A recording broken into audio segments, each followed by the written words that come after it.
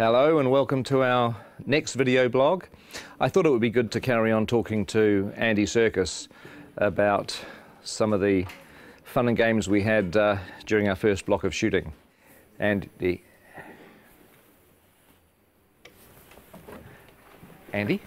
Where is he?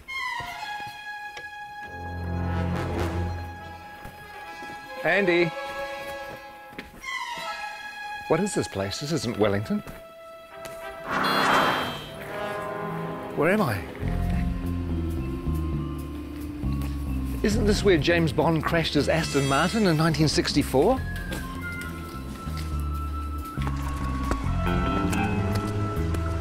And isn't this where Red Grant trained to be an assassin at the beginning of From Russia with Love?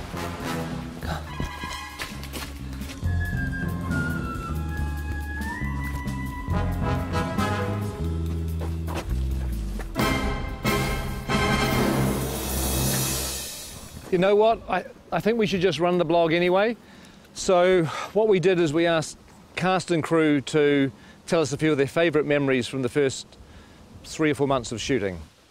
So please enjoy that and I'll go figure out where I am.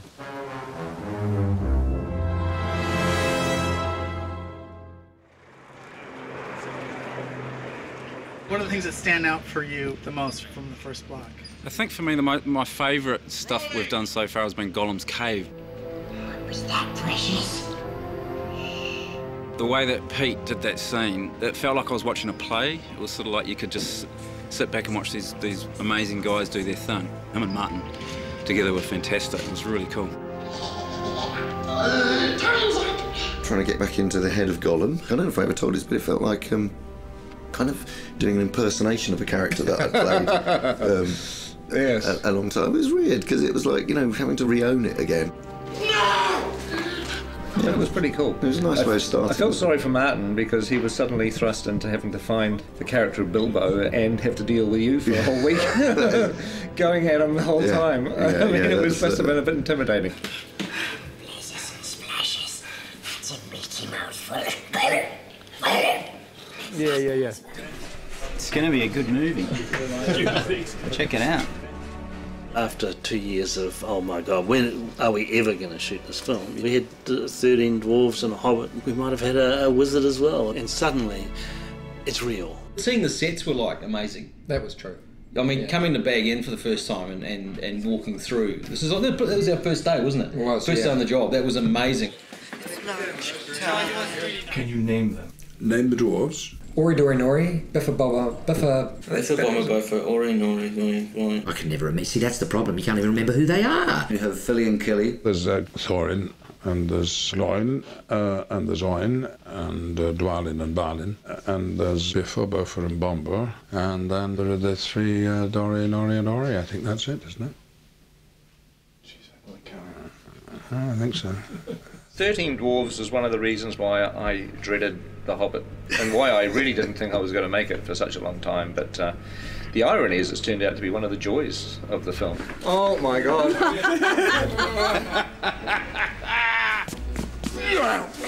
What a challenge. I mean, 13 heroes, or 14 with Bilbo. They all have to be differentiated in a way that isn't necessary in the book, but if you keep seeing them, you want to know who they are and specifically and what their attitude is and why they're on this journey. We need to move now! Come on! Some of the best memories were getting the dwarves ready. Everybody has helped these actors kind of find their way through lots of rubber and lots of hair. Walking through Weta and getting to see our designs and going, actually, God, I look amazing. I look the most amazing of anyone. That was probably the best day, wasn't it? Mm-hmm. Yeah. When you all said, gee, Jed's amazing. That's an amazing We design. did, yeah.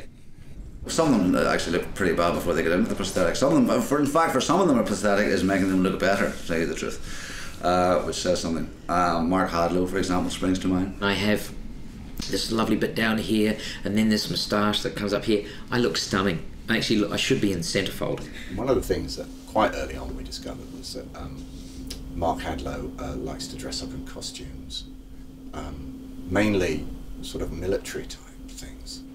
And the really weird thing about his sailor outfits is that below the waist, nothing. But again, you know, he's a nice bloke though. A little bit to cut. A little bit to cut.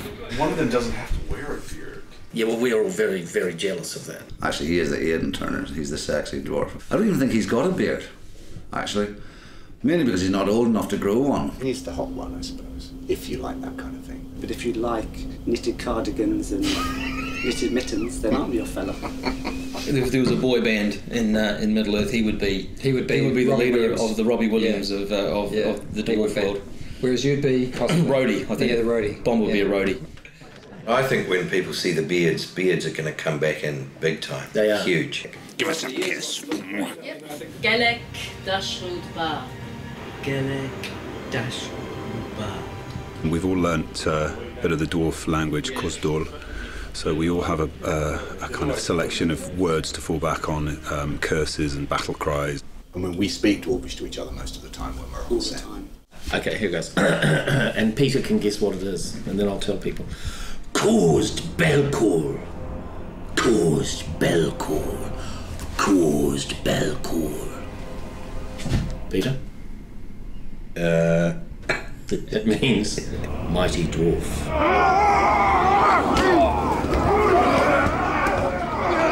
We had Troll Show. Well, you got to do all the fun stuff in Troll Show. Yeah, we did. I had to shoot dialogue and things, and he got to do all the good fighting troll stuff. That is the great thing about the dwarves is that even though there's this comic element to some of the characters, not all of them, but some of them, when they fight, they really fight. We started with 3 months of intense training. We did stunt fighting, we did horse riding. We did the gym 4 times a week. We did dwarf movement intensely. They were trying to get us to a point where they could actually kill us and bring us back from the dead, kill us, bring us back from the dead, all the CPR and stuff like that, because that's what it'll be like on set. They did it by breaking us down. Yeah. They did it by essentially reducing us to the absolute amoeba stage and then building us up again as dwarfs.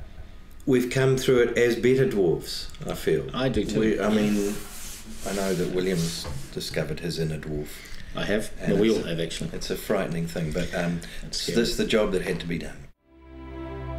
If I could say key moments in Block 1, arriving in Rivendell and meeting Elrond and dining at his table, it really feels like you're stepping into Middle-earth. There are some who would not deem it wise. What do you mean?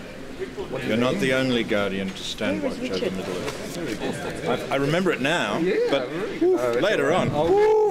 I love working with Hugo and Kate back in Rivendell again. That was fantastic. Hello. Welcome. I still can't quite get over being on set with Ian as Gandalf and then, Kate Blanchett with Galadriel and Hugo with Elrond, and you just feel like you step back into a movie again. It's kind of weird. Is this a new one? This is different. Yeah, different one. High points really, I think, was getting Kate Blanchett with a long train. Beautiful. Kate, that's beautiful. That is. They're all going to want one. Just don't ask me to walk anywhere. One of the things that I like is that we're getting a little bit of the music into the movie too, the songs. Tolkien wrote quite a few songs for The Hobbit. I got to sing a song. You want to hum a few bars for us now? Oh, it's a classic song. It's after sort of Cole Porter, Gershwin, that type of thing. There's an inn, there's a merry old inn beneath an old grey hill. He squeaked and sawed and quickened the tune while the landlord shook your man in the moon. It's after 3, he said. I think it'd be great if Dwalin just yelled the whole thing. Yeah. So the cat... Oh, they'll swallow the tipsy cat. Is this the Metallica version? Who is this? That's the Metallica version. Well, I'll be singing at the Oscars is a different matter, but hopefully some people might sing it in the shower. Excuse me. I think this is a Peter Jackson question. Which dwarf would you like to invite to dinner? Well, I wouldn't invite any of them except myself. I'm afraid that the table manners aren't of the best. But you get your fist when you do that! They would not want Biffa over for dinner. He would be like the bottom of the line. Ori, because he'd be very polite. Excuse me. Well, it'd be me, obviously, because I'd cook. Stephen Hunter does pretty well with the bad table manners. He just eats so much. Have you seen the size of him? I mean, oh good lord. He's enormous. I tried to talk to him about cutting down his cholesterol and his butter intake. I don't think you'd invite Norrie because he'd steal all the silverware. You'd never invite Graham McTavish because he would sit there and glare at you and show his forearms all night. Dwallin's a real warrior. When he parties, he goes completely mad, like so many Scottish people. Here you go. Well, the words kettle black calling pot come to mind. I don't think you'd invite any dwarf to dinner, actually. I wouldn't have them all together, though. Not 13, maybe a couple at a time. Special person to meet here, John Rhys Davies. It was fun on one of the days that we were in Bag End with the dwarves that John Rhys Davies came to visit. Oh, yeah? And it was great to introduce him not only to Gloin, who's his father in the story, but also to all the other dwarves. Hello, my boy. It's just like coming home to family. I predicted what John would say, and he pretty much said it word for word. I could just imagine, him saying, "Oh, you poor bastards."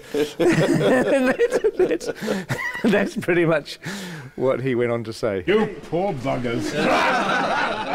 When he gets you running up the hill in full armour, you'll enjoy that. But you are going to be spectacular. And you'll be chased by women all around the world. but only if you're in costume and makeup. Okay. All right. We've been here since January the 13th. So what is that, 5 months? And we haven't even scratched the surface. Who are you doubling, Pete? I'm doubling Stanley Kubrick. One of the biggest moments was when we all put our gear on and we all stood together, sort of looking around at each other into the characters' faces. To stand in a circle and look at the guys that were going on the quest, I got a real tingle up my spine.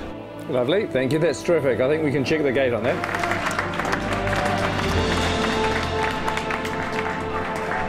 Thank you very much. Thank you, guys. Thanks, guys. Thanks very much. Thank you. Bittersweet moment, but it's time to leave. Hasta la vista. Then driving off. I'm waiting for somebody, sorry. It could have been you. I know. Just go. Oh, really? Yeah, just go. We've had enough. Go. Are you wrapped? No, I'm not wrapped. They're keeping the good people. Okay. Oh, hey, Go again, we'll go now. Hey. Okay, we'll go now. It's a bittersweet moment, but it's time to leave. Hasta la vista. Well, I hope you enjoyed that. I don't know whether there'll be any more because I have to find New Zealand, which I've lost. I think it's over here. Who is that odd little fellow?